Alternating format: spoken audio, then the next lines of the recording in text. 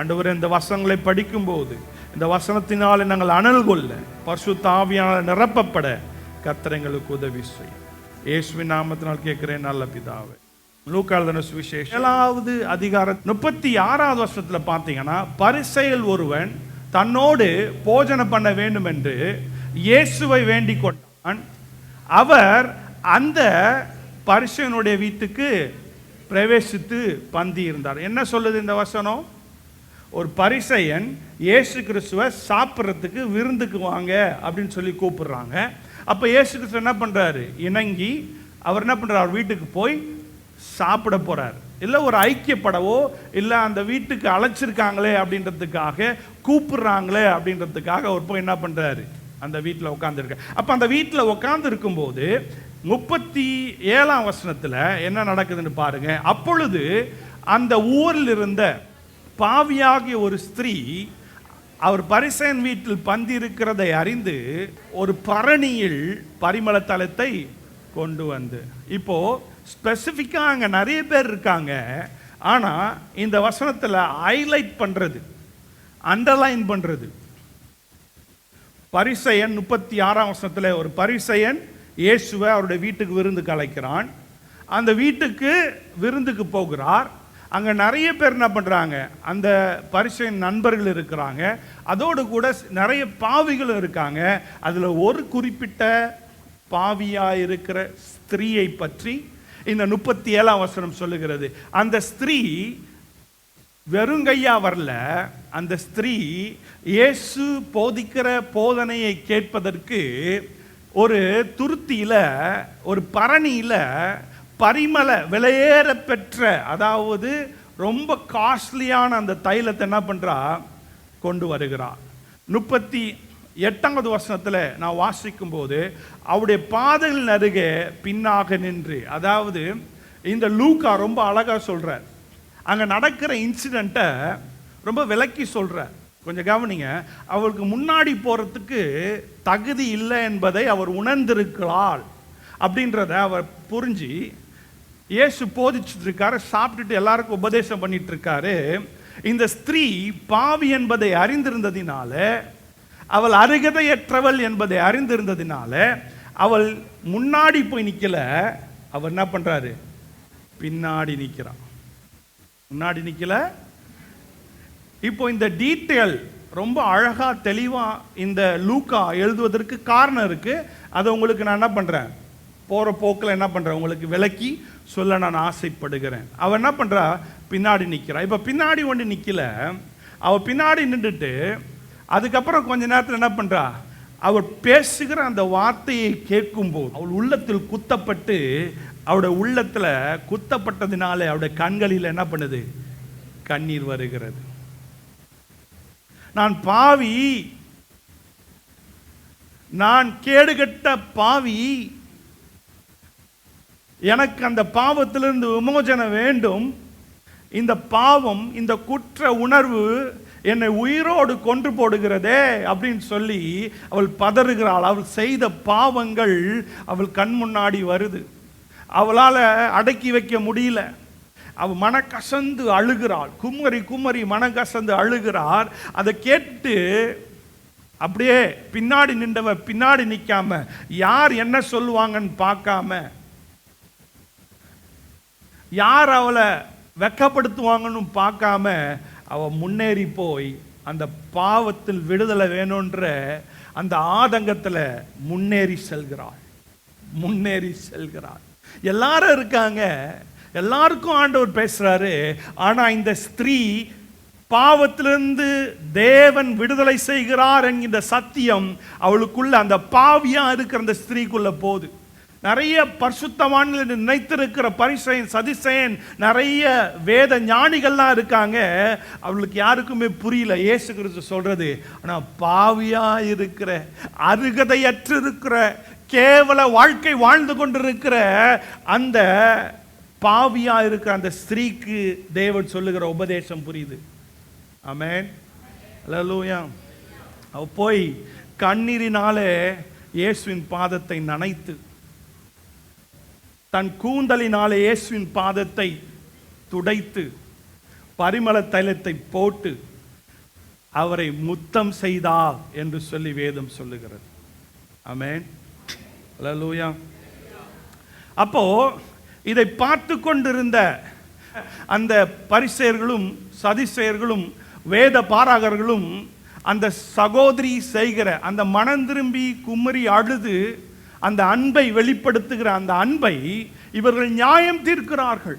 விடுதலை பெற்று வாழ்கிறேன் என்கின்ற எண்ணத்தில் வாழ்ந்து கொண்டிருக்கிற, பரலோக நிச்சயம் என்ற எண்ணத்தில் வாழ்ந்து கொண்டிருக்கிற அந்த பரிசேயர்களும் சதிசேயர்களும் இன்றைக்கு இந்த பாவியாகிய ஸ்திரீக்கு பரலோகத்தின் நம்பிக்கையை கர்த்தர் கொடுத்தார் என்று சொல்லி கைத்தட்டி கொண்டாட வேண்டியவர்கள் நியாயம் தீர்த்து உட்கார்ந்துட்டு இருக்கான். கர்த்தருக்கு பிரியமான ஜனங்களே, தேவனால் பிரித்தெடுக்கப்பட்டவர்களே, கொஞ்சம் இந்த வசனத்தை யோசிச்சு பாருங்க.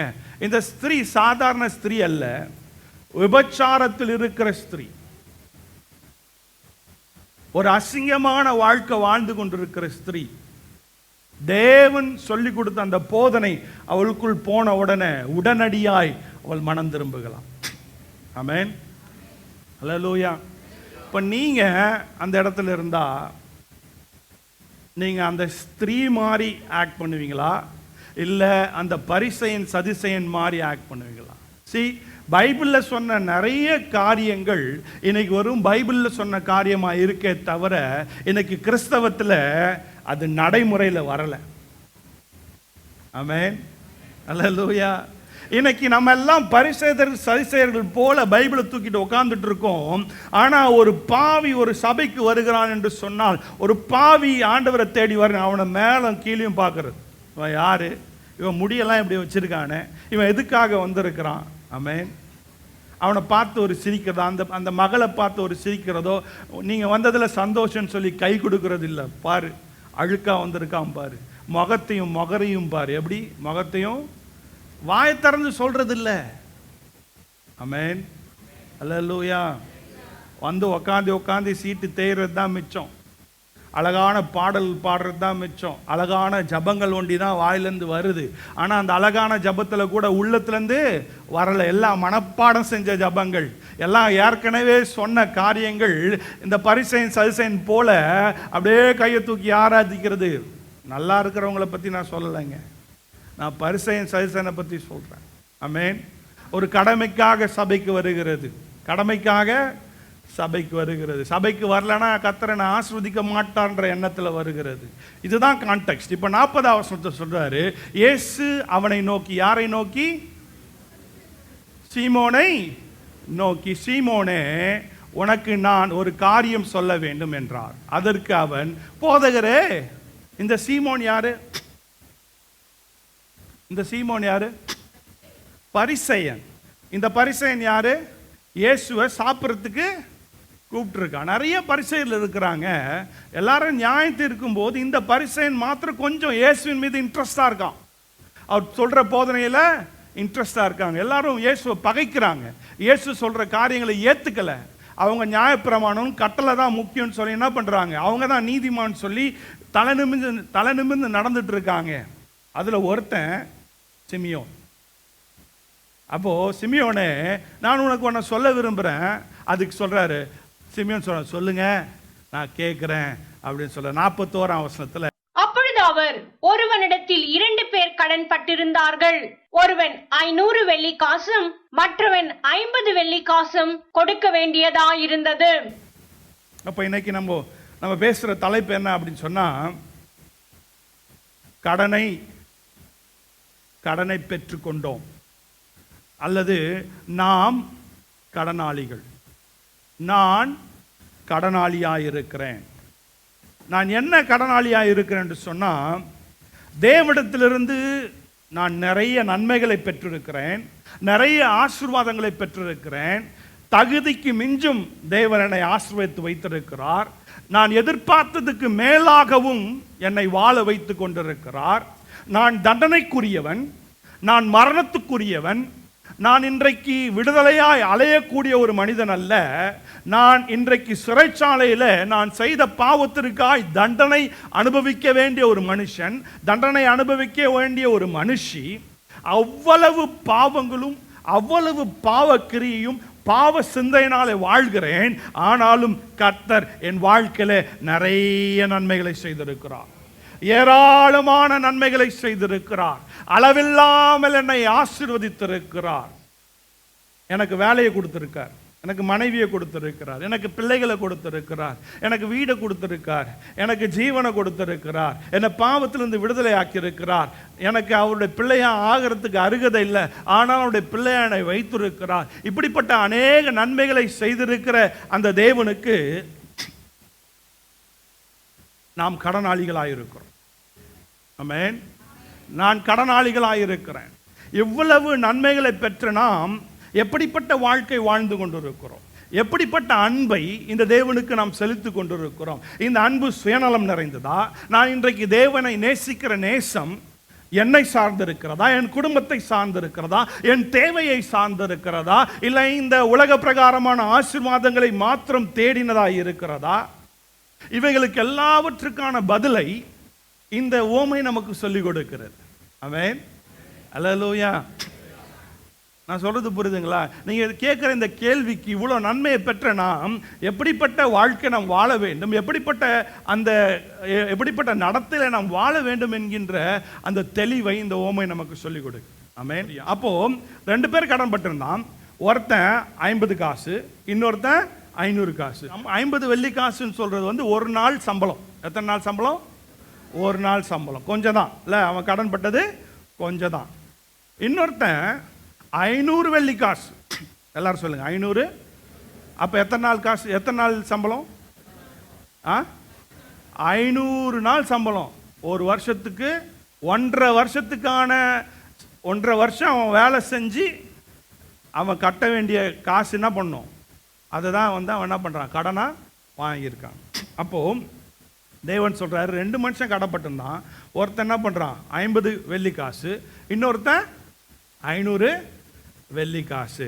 அப்போ 2 பேரும் வந்து கேட்டபோது 2 பேருக்கு என்ன பண்ணிட்டாரு, கடனை மன்னித்தார் அப்படின்றத நம்ம வாசிக்கிறோம். ஆமென். நீ சின்னதாக பண்ணியிருந்தாலும் பாவம் தான், பெருசாக பண்ணியிருந்தாலும் பாவம் தான். நான் என்ன பண்ணுறேன், மன்னிப்பை தர வல்லவராக இருக்கிறேன். ஆமென். அல்லேலூயா. நீ எப்பேற்பட்ட பாவியா இருந்தாலும் சரி, இந்த உலகமே நீ செய்த பாவத்தை மன்னிக்கிறதுக்கு தயார் அற்று இருந்தாலும் சரி, நான் தேவனை சார்ந்து வரும்போது, ஆண்டவரே நான் பாவி என்று சொல்லி நான் மனம் நொந்து என் உள்ளத்திலிருந்து நான் செய்த பாவத்திற்காய் வருந்தி நான் மன்னிப்பு கேட்கும்போது கர்த்தர் என் பாவத்தை மன்னிக்கிறார்.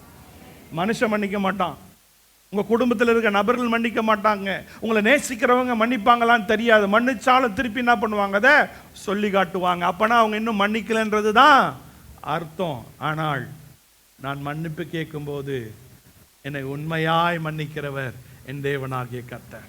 ஆமென். பக்கத்து சொல்லுங்க, பார்த்து சொல்லுங்க, நான் மன்னிப்பை பெற்றேன். புரியலையா? நான் மன்னிப்பை பெற்றேன். அதை ஆனால் எனக்கு கொடுக்க தெரியாது. பெற்றுக்கிட்டேன், வாங்க தான் எனக்கு தெரியும், ஆனால் கொடுக்க தெரியாது. கொடுக்கணும். வாங்குறதுனா எவ்வளோ தடவை என்ன யார் மன்னிச்சாலும் நான் ஏற்றுப்பேன். ஆனால் எனக்கு விரோதமாக ஒருத்தன் ஏதாச்சும் பண்ணிட்டானா அதை சொல்லிட்டே இருப்பேன். ஆமென். அல்லேலூயா.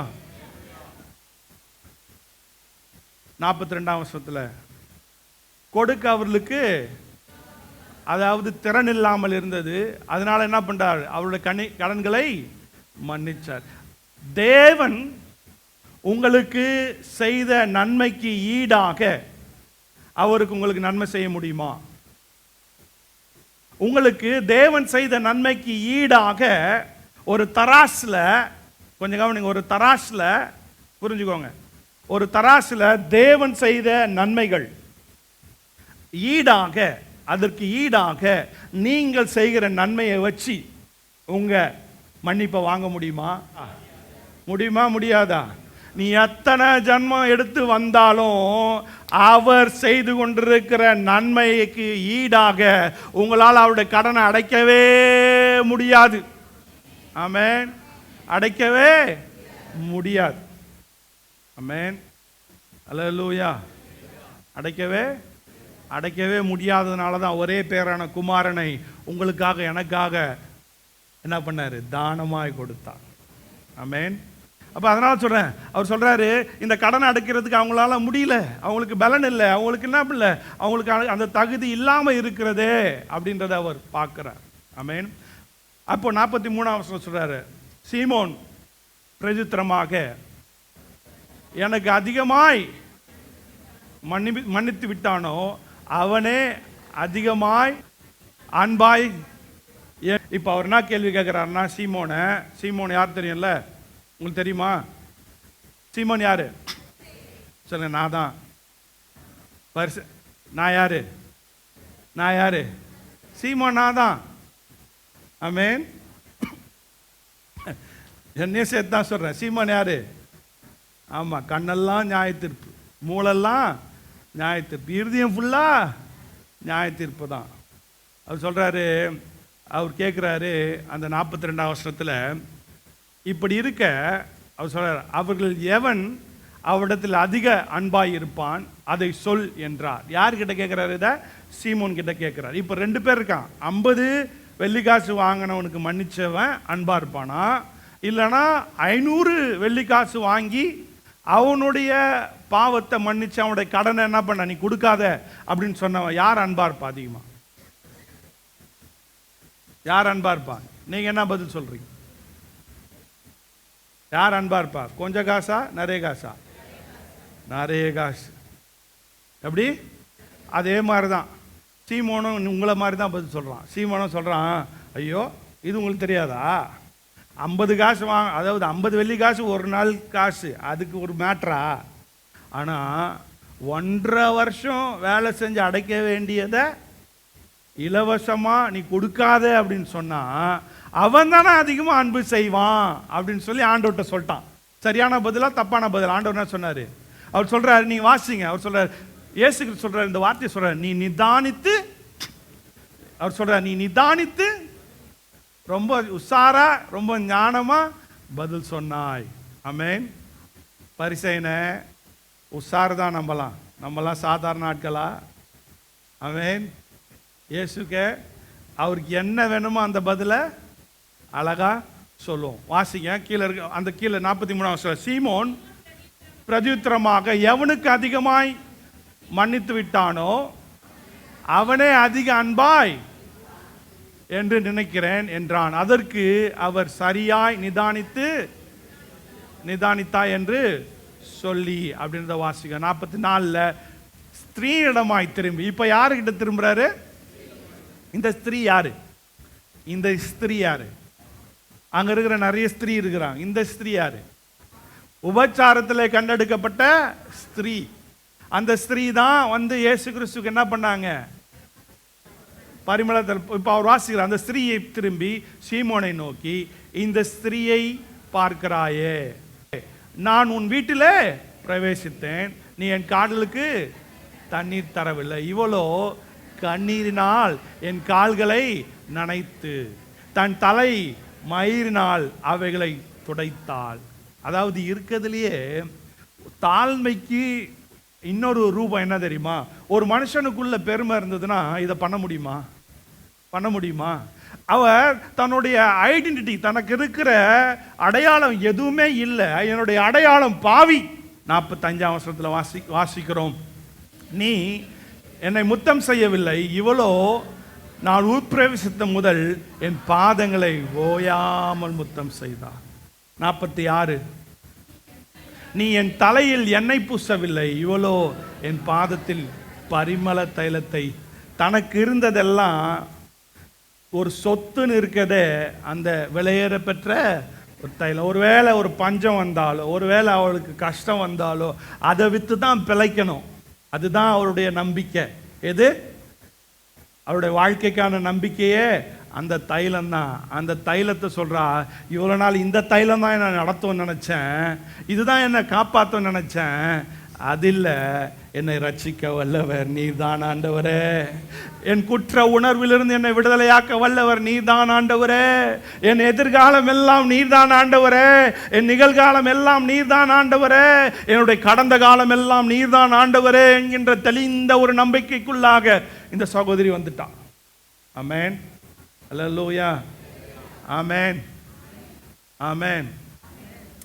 இப்போ 47ஆம் வசனத்தில் சொல்றாரு, அதெல்லாம் நான் உனக்கு சொல்லுகிறேன், சீமோனை பார்த்து சொல்றேன், நான் உனக்கு சொல்லுகிறேன், இவள் செய்த அநேக பாவங்கள் மன்னிக்கப்பட்டது. கொஞ்சம் கவனிங்க, அநேகன்னும் போது நான் சொன்னேன் 500 வெள்ளிக்காசு கடன் இவ கொடுக்க வேணும். இவ நிறைய பாவத்தை செஞ்சிருக்கா. அதனால இவள் செய்த செயல், இவள் செய்த கிரியை, அந்த கிரியையினால பாவ மன்னிப்பை பெற்றுக்கொண்டாள் என்று சொல்லுகிறார். ஆமென். அப்போ இங்க என்ன நடக்குதுன்னு சொன்னா, தேவன் ஒரு பெரிய ஒரு ரெவலேஷனை நமக்கு தரார். ஆமென். அல்லேலூயா. சத்தமாலையில சொல்லுங்களேன். ஒரு உண்மையான காரியங்களை கற்றுக் கொடுக்கிறார். இப்படி ஒரு காரியம் செய்வதனாலே அது பரிசுத்தமற்றது என்கின்ற ஒரு மனுஷனுடைய இருதயத்தை நீங்க சும்மா என்ன பண்ணாதீங்க, வெளி தோற்றத்தை வச்சு எடை போடாதீங்கன்ற சத்தியத்தை சொல்லிக் கொடுக்கிறார். ஆமென். அல்லேலூயா. வெளி தோற்றத்தை வச்சு சொல்லாதீங்க. பரிசேயன் சதிசேயன் மாதிரி நியாயம் தீர்க்காதீங்க.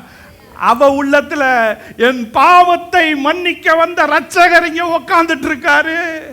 என்னுடைய பாவம் எல்லாம் என் மூளையில ஏறி நான் எப்போ என் வாழ்க்கை இழந்து நான் மறிக்கணும், நான் சூசைட் பண்ணணும், இந்த பாவம் என்ன குத்தி குத்தி குத்தி கொண்டுட்டே இருக்கு. பார்க்கறவெல்லாம் என்ன எரிச்சலா பார்க்கறான், பார்க்கறவெல்லாம் என்ன கூசலா பார்க்கறான், யாருமே என்ன ஒரு மனுஷன் நான் ஏத்துக்கவே இல்லை அப்படின்னு உடைந்து சுக்குநூறாக இருக்கிற நம்பிக்கையற்று வாழ்கிறவளுக்கு இந்த இயேசு ஒருவரே நம்பிக்கையாய் மாறினார். இந்த இயேசு ஒருவரே அவருடைய இருதயத்தின் ஆதங்கங்களை அறிந்திருந்தார். அதை அவ பார்த்த உடனே அவளால் சும்மா இருக்க முடியல, அன்பை வெளிப்படுத்திட்டான். ரொம்ப முக்கியமான ஒன்று சொல்ல போறேன். மன்னிப்பை பெற்றதுனால இவள் இயேசுவை அன்பு செய்கிறாளா, அன்பை பெற்றதுனால இவள் மன்னிப்பை அனுபவிக்கிறாளா? மீண்டும் சொல்லுகிறேன், இந்த ஓமையினுடைய முக்கியமான பிரதானமான நோக்கம் சத்தியம். இங்க அவர் நமக்கு சொல்லிக் கொடுக்க, அல்லது அந்த பரிசேயனுக்கோ அங்க இருக்கிற எல்லாருக்கும் சொல்லிக் கொடுக்க தேவன் இயேசு கிறிஸ்து பிரயாசப்பட்டது என்னன்னா இதுதான். அந்த பாவியான சகோதரி அன்பு செய்ததினால் அவள் மன்னிப்பை பெற்றாளா, அல்லது மன்னிப்பை பெற்றதினால இவள் தேவனை அன்பு செய்கிறாளா? யோசிக்கிற மாதிரி நிற்க வச்சிருக்காரு. இதுதான் இன்னைக்கு நிறைய பேர் மாத்திடுறாங்க. இப்போ இந்த இதில் மாற்றம் வந்ததுனாலே சுவிசேஷமே மாறிடும். சுவிசேஷத்தை அவர் சொல்றாரு, தேவ தூதன் சொன்னா கூட என்ன பண்ணாத, நீ நம்பாத அப்படின்றத அவர் சொல்லி கொடுத்துருக்காரு. ஏன்னா இதை நான் ஈஸியாக எடுத்துகிட்டு போயிட முடியாது. சொல்லுங்க பார்க்கலாம். கொஞ்சம் கவனிங்க. உண்மையான சுவிசேஷம் என்ன தெரியுமா? தேவன் பாவத்தை பற்றி பேசும்போது, அந்த பாவத்திலிருந்து குத்தப்பட்ட உணர்வு வரும்போது, நான் முதல்ல தேவனை அன்பு செய்கிறேன், அவர் எனக்கு மன்னிப்பை கொடுக்கிறார். ஆமென். அல்லேலூயா. நான் மன்னிப்பை பெற்றதுனால நான் அவரை அன்பு செய்யல, அவர் என்னை அன்பு செய்ததினாலே, நான் அவரை அன்பு செய்கிறதுனாலே கர்த்தர் என்னை மன்னித்தார். அல்லேலூயா. ஏன் அப்படியே மாத்தி நம்ம நம்பணும்னா என்ன பிரச்சனை? அவங்களதான் பரிசேயன் சதிசேயனுடைய ஆவி. நான் எல்லாத்தையும் சரியா பண்ணேன், அவர் சொன்னதெல்லாம் நான் செஞ்சேன், அதனால தேவன் என்னை மன்னித்தார். ஆமென். அல்லேலூயா. சொன்னதை செய்கிற ஆட்களா நம்ம? சொன்னதை செய்வோமா? சொன்னதை செய்வோம். எதை சொன்னாங்களோ அதுக்கு ஆப்போசிட்டாக தான் பிறந்ததில் இது வரைக்கும் அதை தான் செய்கிறோம். ஆமென். காதுள்ளவன், அதாவது பாவியா இருந்தா எனக்கு அருகதையே இல்லை, இந்த வாழ்க்கைக்கு எனக்கு அருகதையே இல்லை, கர்த்தர் எனக்கு நிறைய நன்மை செஞ்சிருக்காரு அப்படின்ற ஒரு தெளிவு உனக்கு இருந்துச்சுன்னா நான் சொல்றேன் இந்த வசனம் உனக்கு கேட்கும். ஆமென். அல்லேலூயா. அந்த வசனம் உனக்குள்ள போய், உங்களுக்குள்ள போய், உங்க பிள்ளைங்குள்ள போய், உங்க குடும்பத்துக்குள்ள போய் உள்ளும் புறமும் சென்று மேய்ச்சலை கண்டடையும். ஆமென். அல்லேலூயா. ஆனா உக்காந்துக்கிட்டு இதெல்லாம் நாங்கள் இல்லையே, நாங்கள் எவ்வளோ நன்மையை செய்கிறோம், நாங்கள் போகிற வழியில் பிச்சைக்காரங்களுக்கு ஹெல்ப் பண்ணுறோம், போகும்போது சாப்பாடு கொடுக்குறோம், ஆராதனைக்கு வந்து ஹெல்ப் பண்ணுறோம், சர்ச்சில் வந்து பெருக்கிறோம், கூட்டுறோம், மெசேஜெல்லாம் கொடுக்குறோம், தெரு தெருவா போய் சுவிசேஷம் சொல்கிறோம், ட்ராக்ஸ் கொடுக்குறோம். நாங்கள்லாம் எவ்வளோ நன்மையை செஞ்சுருக்கிறோம் அப்படின்னு நினச்சிருக்கிற பதிசேன் சதிசேன் மாதிரி யோசிச்சுட்டு இருந்தீங்கன்னா, ஆண்டவர் சொல்கிற சுவிசேஷம் எதுவும் உங்களுக்கு உள்ளேயும் போகாது, அதனால ஒரு நன்மையும் இல்லை. சும்மா ஒன்றும் கிறிஸ்தவம் வரல. நான் சொல்லி முடிக்கும்படியாக விரும்புகிறேன். பெரிய ஸ்டேடியத்தில் கொண்டு வந்து நிப்பாட்டிடுவாங்க. இயேசுவை பின்பற்றுனா உனக்கு நல்ல எதிர்காலம் இல்லை, கொண்டு வந்து ஸ்டேடியத்தில் நிப்பாட்டுவான். ஸ்டேடியத்தில் நிப்பாட்டா ஒரு ஆயிரக்கணக்கான மக்கள் அந்த மனுஷனை பார்த்துட்டு, சிங்கமோ புலியோ இல்லை தீ கொண்டு வந்து வச்சுட்டு, எவ்வளோ நேரத்தில் எரிவான் பாரு, எவ்வளோ நேரத்தில் இந்த சிங்கம் அவன் தலையை கடிக்குமா, இல்லை இந்த புலி அவன் கையை கடிக்குமா? உக்காந்துட்டு ஆயிரக்கணக்கான இருக்க மக்கள் பெட்டு கட்டி உக்காந்துட்டு இருக்கான். கதை சொல்லலை, சுவிசேஷம் நமக்கு எப்படி வந்ததுன்னு சொல்றேன். நம்ம ஏசியில் உட்காந்து இன்னைக்கு நல்ல சேர்ல கால் மேல கால் போட்டு உட்காந்து சந்தோஷமா இருங்க, நல்லதுதான். இந்த கிறிஸ்தவம் பஞ்சு மெத்தையில் நடந்து வந்ததில்லை. ஒவ்வொரு மூலையில் போய் உட்காந்து ஒரு ப்ரேயர் பண்ணி ஒரு கூட்டம் நடத்திட்டு வந்ததில்லை. எல்லாரும் சேர்ந்து ஒரு அலையிலையா சொன்னா அலையிலையா சொல்லி வந்ததில்லை. தன் உயிரை தியாகம் பண்ணி வந்தது. ஒவ்வொரு பரிசுத்தவான்கள் அந்த சிங்கம் கடிக்க வரும்போது, அந்த கரடி கடிக்க வரும்போது, அங்க இருக்கிற மிருகங்கள் அவர்களை பீறி ரெண்டா கிழிச்சு போடுறதுக்கு முன்னாடி என்ன தெரியுமா சொல்றாங்க? கரடி வரட்டும், மனுஷன் வரட்டும், தீ வரட்டும். அதாவது எல்லாரும் ஏளனமா அந்த கிறிஸ்தவன் பலவீனவன் சொல்லி அவனுக்கு சண்டை போட மாட்டான். பலவீனன் சொல்லி எல்லாரும் அவனை பார்த்து இலக்காரமா பார்த்து பெட்டு கட்டி உட்கார்ந்துட்டு இருந்த கூட்டம் ஒன்று தலையை பிடிக்க வரதுக்கு அவன் சொல்றான். ஃபாதர் இக்னிஷியஸ் என்றவர் சொல்றாரு, இவைகள் என் தலையை கடிக்கட்டும், என் கையை பீறி போடட்டும், என் அவைகளெல்லாம் கிழித்து ஒரு பேப்பரை போல ஒரு கூழ் மாதிரி என்ன பண்ணட்டும், ஆனாலும் எனக்கான நித்திய நம்பிக்கை உண்டு. எதெல்லாம் அவங்க எதிராக நினைச்சாங்களோ அங்கேயே அவர்கள் தெய்வீகத்தை பார்த்தார்கள். அங்கேயே ஒரு எழுப்புதல். அந்த யாரெல்லாம் பெட்டு கட்டினானோ இவங்களுக்கு எப்படிடா இவ்வளோ தைரியம் வந்துச்சு, இவங்களுக்கு எப்படிடா இவ்வளோ வைராக்கியம் வந்துச்சு, இவங்களுக்கு எப்படிடா இவ்வளோ அன்பு இருக்கு, இந்த இயேசு இவங்களுக்கு யாரா இருக்காரு, ஜீவனையும் பொருட்படுத்தாம இருக்கிறானே, மரணம் வரட்டும்னு சொல்றானே, ஓட வேண்டியவன் வேதனையை சகிக்கிறதுக்கு ரெடியா இருக்கானே, எப்படா இவங்களுக்குள்ள இவ்வளோ அபிஷேகம் வந்தது, இப்போ இதில் ஏதோ இருக்குடா அப்படின்னு சொல்லி ஒரு பெரிய எழுப்புதல் அந்த ரோம ஸ்டேடியத்தில் உருவாச்சு. ஆமென், அல்லேலூயா. அப்படி கட்டப்பட்ட சபைகள், அப்படிதான் இன்றைக்கு நாம் இந்த விசுவாசத்தில் வந்திருக்கிறோம். அவரோடு கூட பாடுகளை சகிப்போமானால் அவரோடு கூட ஆளுகை உண்டு. பாடுகள் வேணாம், கர்த்தரை தேடினா எல்லாம் சரியாயிடும்ன்ற உபதேசத்தில் கர்த்தரை தேடினா எனக்கு பணம் கொட்டும், கர்த்தரை தேடினா நான் பெரிய ஆள் ஆயிடுவேன், என் பிள்ளைகள்லாம் பெருசாயிடும் சொல்லி உலகத்தில் இருக்கிற வதந்தையை பின்பற்றுவதற்கு கர்த்தர் அழைக்கல. எனக்கு கர்த்தர் கொடுத்தாலும் கர்த்தர், எடுத்தாலும் கர்த்தர், என் பிள்ளையை வாழ வைக்கிறதுக்கு கர்த்தர் உண்மை உள்ளவராக இருக்கிறார். என்னை விட என் பிள்ளையை நேசிக்கிறதுக்கு என் தேவன் உண்மை உள்ளவராக இருக்க. என்னை விட என் பிள்ளைங்களை கர்த்தர் பார்த்துக்குவாரு. என் பிள்ளைகளுடைய நம்பிக்கை, என் நம்பிக்கை, என் சபையோட நம்பிக்கை, எங்க எல்லாருடைய நம்பிக்கை ஆண்டவராக இயேசு கிறிஸ்துவின் மீது. ஆமென். அவரை அன்பு செய்கிறவர்களுக்கு கொண்டு தான் பரலோகம். அல்லேலூயா. இடுக்கமான வாசல் வழியே வருகிறவர்கள் அநேகர். அப்படி இருக்கா? சிலர் எல்லாரும் சொல்லுங்க. சிலர். கஷ்டமா இருக்கா? பைபிள் இருக்க சொல்றேன். இன்னைக்கு நிறைய பேர் சொல்லி கொடுக்குறாங்க, பரலோகத்துக்கு திறந்த வாசல் தான் இருக்கு. திறந்த வாசல்ல குறுகலான வாசல். ஆமென். உனக்கு நினைச்சதெல்லாம் கிடைக்கும், விரும்பினதெல்லாம் வரும், வாழ்க்கை எல்லாம் தலைகீழாக மாறும். பரலோகத்தில் எல்லாம் மாறும். ஆமென். போதாதா? பத்தாதா? அல்லேலூயா. உனக்கு தேவையும் கர்த்தர் சந்திக்கிறார், உன்னை வாழ வைக்கிறார், உனக்கு தேவையான நாட்களை இங்கே கொடுக்கிறார். சொல்ல, எனக்கு தேவையான நாட்களை தேவன் கொடுக்கிறார். அப்போ இந்த மதலேன் மரியாள், அதாவது இந்த பாவத்தில் கண்டெடுக்கப்பட்ட சகோதரி போல, ஆண்டவரே நான் பாவி, ஆண்டவரே நான் துரோகி, ஆண்டவரே, என் திருமண உறவு, என்னுடைய குடும்ப உறவு, ஒரு பெற்றோராக நான் நிறைய பாவம் செஞ்சுருக்கிறேன், ஒரு மனைவியாக நான் நிறைய பாவம் செய்கிறேன், ஒரு கணவனாக நான் நிறைய பாவம் செய்கிறேன், எனக்கு வேலையை கொடுத்துருக்குறீங்க, எனக்கு ஒரு அடையாளத்தை கொடுத்துருக்கீங்க, எனக்கு ஒரு வீடை கொடுத்துருக்குறீங்க, ஆண்டவரே என்னை நீ நடத்தும். கேட்கலாமா? எழுந்திருப்போமா? சிங்காசனத்தில் வீட்டிருக்கிறவராக கேருபீன்களும் சேராபீன்களும் சேட்டைகளை அடைத்து கொண்டு ஒரு பக்கம் பறந்து இன்னொரு பக்கம் சேனைகளின் கர்த்தர் பரிசுத்தர், சேனைகளின் கர்த்தர் பரிசுத்தர் என்று சொல்லி ராஜாதி ராஜாவை போற்றி கொண்டே இருக்கிறது. நாம் அவர்களோடு கூட இணைந்து, ஆண்டவரே எங்களை நீர் பரிசுத்தமாக்கும் அப்பா, தொடர்ந்து நாங்கள் ஆண்டவரே பரலோகத்தின் பிள்ளைகள் என்கின்ற சிந்தனை வாழ உதவி செய்யுங்கப்பா.